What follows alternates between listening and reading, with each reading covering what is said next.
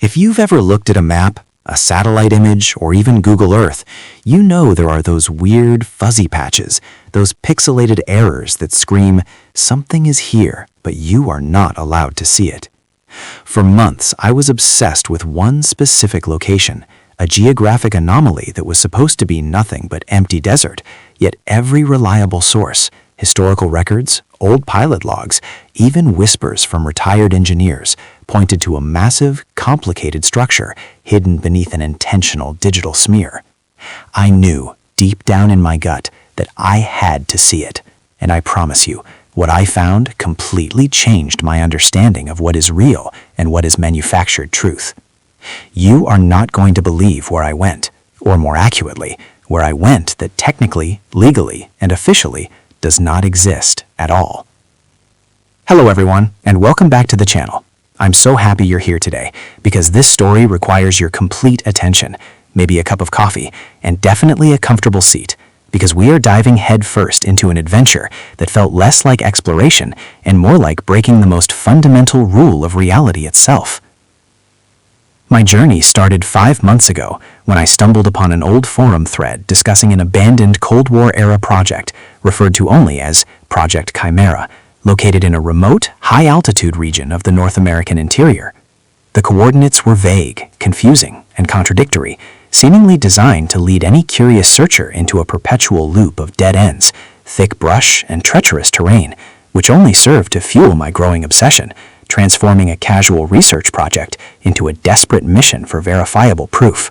What made this place so utterly compelling wasn't just the obscurity, but the absolute authoritative denial of its presence by every governmental agency I contacted, from the Bureau of Land Management to various state police precincts.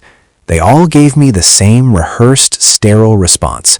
That area is designated barren land, unsuitable for human habitation, and holds no structures of interest. They almost sounded too calm, too uniform in their refusal to acknowledge the coordinate's significance, which, ironically, was the final confirmation I needed to understand that I was hunting a ghost base, a location so sensitive that its existence had been successfully erased from public record and cartographic representation, a truly impressive feat of historical revision. The initial reconnaissance was agonizingly slow and frustratingly vague, consisting primarily of analyzing long-exposure night photographs taken by independent stargazers many miles away, searching for any unusual light pollution, any rhythmic signal, or any structure that might pierce the vast, silent darkness. I pored over infrared scans purchased illicitly from a retired meteorological specialist, hoping to detect abnormal thermal signatures that would indicate hidden ventilation systems or active power generation deep beneath the surface. But the area was cloaked almost perfectly, suggesting a level of energy conservation and concealment that defied conventional engineering practices for a structure of the supposed scale. It took me 3 long, sleep-deprived months just to establish a viable insertion point, a point that was miles away from any established roadway, nestled deep within a canyon known for flash floods and unpredictable weather patterns, making approach incredibly dangerous even before considering the security measures. This location, I later realized, was strategically chosen because the natural topography created a kind of Faraday cage effect, scrambling drone signals and making aerial surveillance nearly impossible without flying direct low-altitude passes, which would instantly raise alarms, forcing me to rely entirely on ground travel and manual navigation using old topographical maps that hadn't been updated since the 1950s. The preparation phase felt more like planning a hostile infiltration than a casual hike. I needed specialized gear, including military-grade night vision, radiation detectors just in case the Cold War rumors were true, and enough supplies for a week of complete isolation, knowing that if anything went wrong, I was far beyond the reach of conventional rescue services. My greatest challenge, however, wasn't the gear. It was battling the chilling psychological weight of entering a zone that society has collectively agreed to ignore, a place where the rules of public access and safety simply evaporated, replaced by an undefined set of regulations enforced by unseen eyes. I finally set off under the cover of a new moon, driving my heavily modified off-road vehicle across dozens of miles of punishing terrain, bouncing over riverbeds and climbing loose shale until the vehicle could go no further, leaving me with a grueling 10-mile hike across truly unforgiving wilderness. The silence out there was oppressive, not the peaceful quiet of nature, but a heavy, unnatural stillness that seemed to swallow sound, making my own breathing sound amplified and loud, constantly putting my nerves on edge. Every snap of a twig felt like an incoming alarm, suggesting that perhaps I was already being watched. Perhaps they knew exactly where I was headed. I approached the supposed boundary, which wasn't marked by a sign or a typical perimeter fence, but by a subtle, almost imperceptible shift in the environment, the vegetation becoming unusually sparse, the ground unnaturally level. I felt a profound sense of trespassing. The air quality changed too, carrying a faint metallic odor like ozone mixed with ancient rust, a smell that spoke volumes about the scale and age of the installation hidden nearby, despite the complete visual absence of any constructed object. This invisible line, this sensory shift, was the unofficial border of the non-existent zone.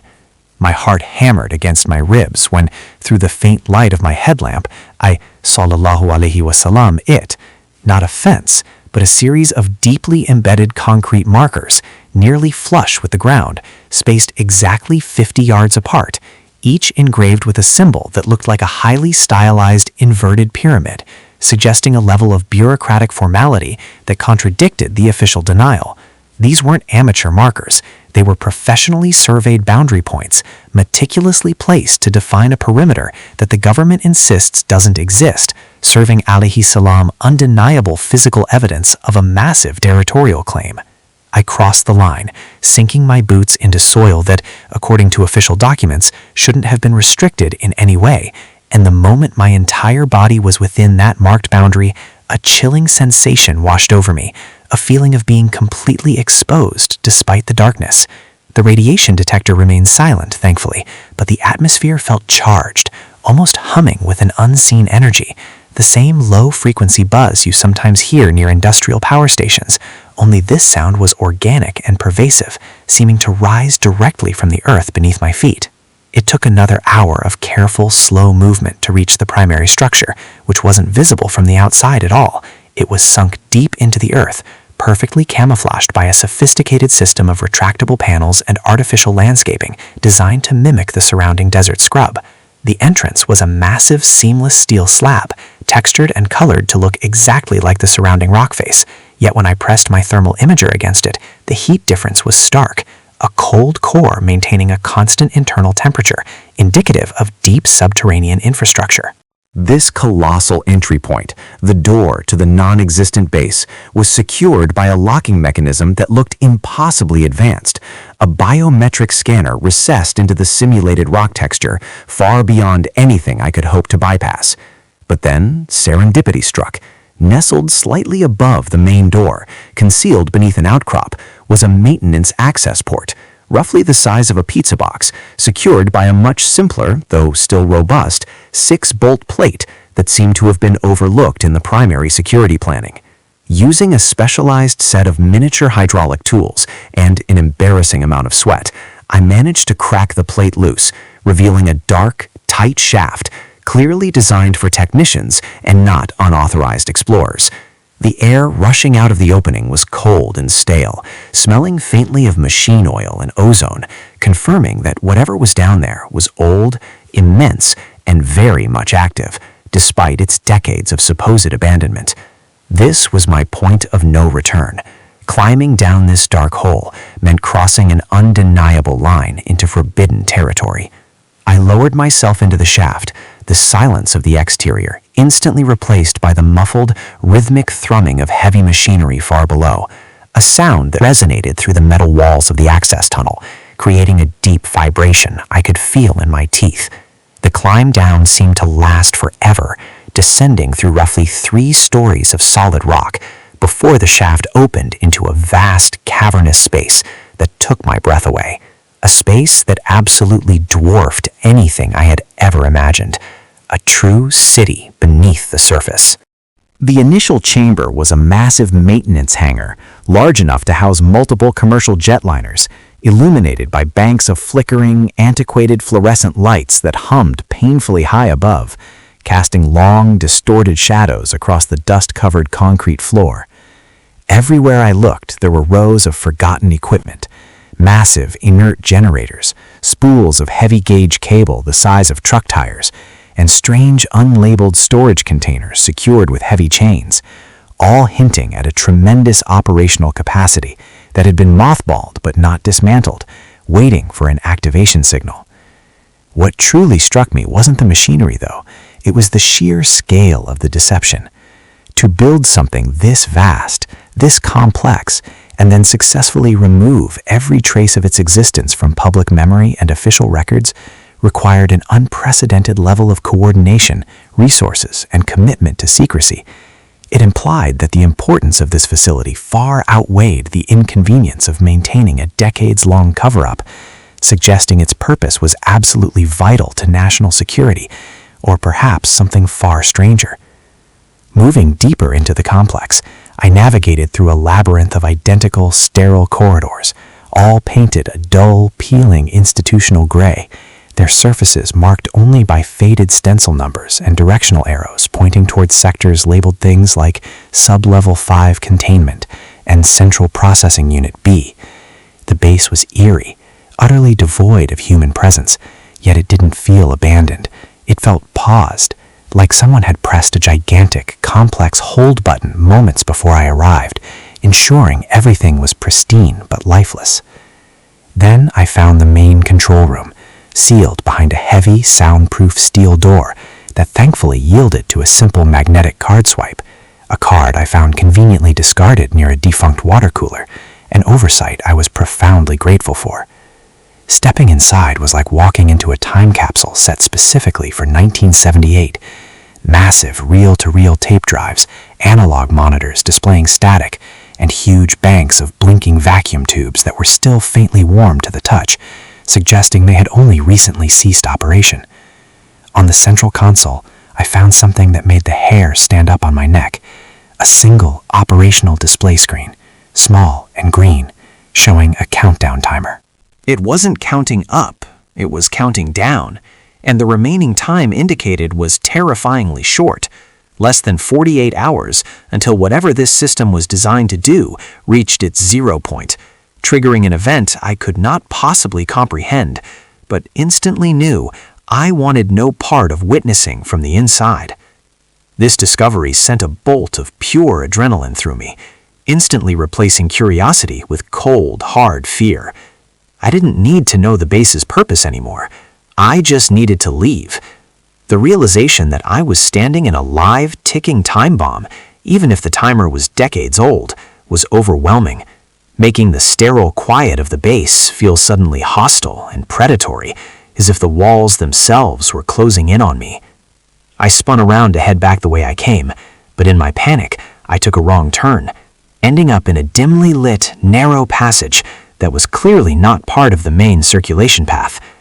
This passage led me directly to a small, secondary office, cluttered with files and old schematics, and there, pinned to a corkboard, was a hand-drawn organizational chart with a title that froze my blood. Project Chimera, Extraterrestrial Containment Protocol. My mind raced, struggling to process the implications of that single, casually pinned diagram. Extraterrestrial containment? In a non-existent base? It was too wild, too cliché, yet the entire environment I was in screamed of a conspiracy so vast that it transcended mere military objectives. This wasn't about tanks or missiles. This was about secrets far grander and far more dangerous than I had prepared for, requiring a level of cover-up that only a complete digital erasure could guarantee. I was staring at the chart. A distant mechanical click echoed down the hallway, the sound of a heavy door sealing shut somewhere deep within the structure. I froze, my body rigid, realizing immediately that the base was no longer merely paused. Something had just reactivated. The rhythmic humming I had heard earlier intensified, and a low, guttural grinding noise started, seemingly coming from the vast hangar I had previously navigated, suggesting that the facility was waking up. Panic propelled me out of the office and back towards the main corridor, my movements no longer careful and measured, but frantic and clumsy, fueled by the sheer terror of being sealed within this subterranean tomb. I could hear heavy, slow footsteps echoing nearby, not coming from the entrance, but from an entirely different direction, suggesting that whatever security protocols were in place, they were now being manually executed by whoever was maintaining the facility. I scrambled back through the sterile corridors, desperately searching for the maintenance shaft that had been my entrance, my night vision goggles useless against the sudden sporadic flashes of emergency lighting that began to strobe throughout the complex, briefly illuminating my panicked dash. The air was now thick with the smell of ozone, and the vibrating floor confirmed that the primary generators had roared to life. I was officially trapped in an awakening, non-existent base. Finally, I spotted the dimly lit recess containing the access shaft, but as I reached it, I noticed something chilling. The small entrance door, which had been left partially ajar, was now slowly, inexorably pulling shut, secured by an internal locking system I had no way of overriding. I lunged forward, just managing to wedge my heavy backpack into the closing gap, sacrificing my gear to hold the door open long enough to squeeze my body through. The ascent was pure adrenaline. I scrambled up the ladder, pulling myself up the slick metal rungs without thought for safety, driven solely by the primal need to escape the closing darkness below. The final moments were agonizing as I pushed myself out of the shaft, pulling the access plate back into position, just as the internal system gave a final, loud groan of mechanical satisfaction, confirming the base was now fully sealed. I lay gasping on the cold earth for what felt like an eternity, the silence of the desert once again oppressive, but now welcoming. I had escaped, leaving behind a place that exists outside of history and geography, a secret buried so deep that its discovery feels like a glitch in the Matrix. The immense, seamless door remained just as it was before, blending perfectly into the rock face, officially confirming the base's continued status as nothing but empty desert. Looking back now, I have only vague, disjointed memories of the interiors. The sheer cold, the metallic smell, the constant hum, and that terrifying countdown timer, all serving as physical proof of an architectural impossibility. I have photos, grainy and shaky, and the sheer memory of the feeling of dread, but I know that if I presented this evidence to anyone official, they would simply shrug, point to a map, and say, "That place does not exist." The sheer audacity of maintaining a secret like that for decades, ensuring that millions of people overlook a massive subterranean facility every single day, is what truly unnerves me. It makes you wonder what else is hiding in plain sight, what other empty zones are teeming with secrets, and what purpose that terrifying countdown timer was actually serving. Was I witnessing the final moments of a decommissioned system, or the activation sequence for something truly earth-shattering? So there you have it, friends. My journey into the void, into the place that cartographers have conveniently forgotten. It was dangerous, it was terrifying, and it raised far more questions than it answered about what our governments are truly capable of concealing. I lost some gear, but I gained an understanding that sometimes the most profound truths are hidden not in complex codes, but in simple, pixelated erasures on a satellite map. If you enjoyed this wild, true story about secret government bases and forbidden exploration, please do me a huge favor and smash that like button. I want to know what you think. Are there more black zones out there like this one? And should I risk another entry to find out what was on that countdown? Let me know your conspiracy theories and your thoughts in the comments section down below. Don't forget to subscribe so you don't miss the next deep dive into the unexplained, and I will see all of you in the next video.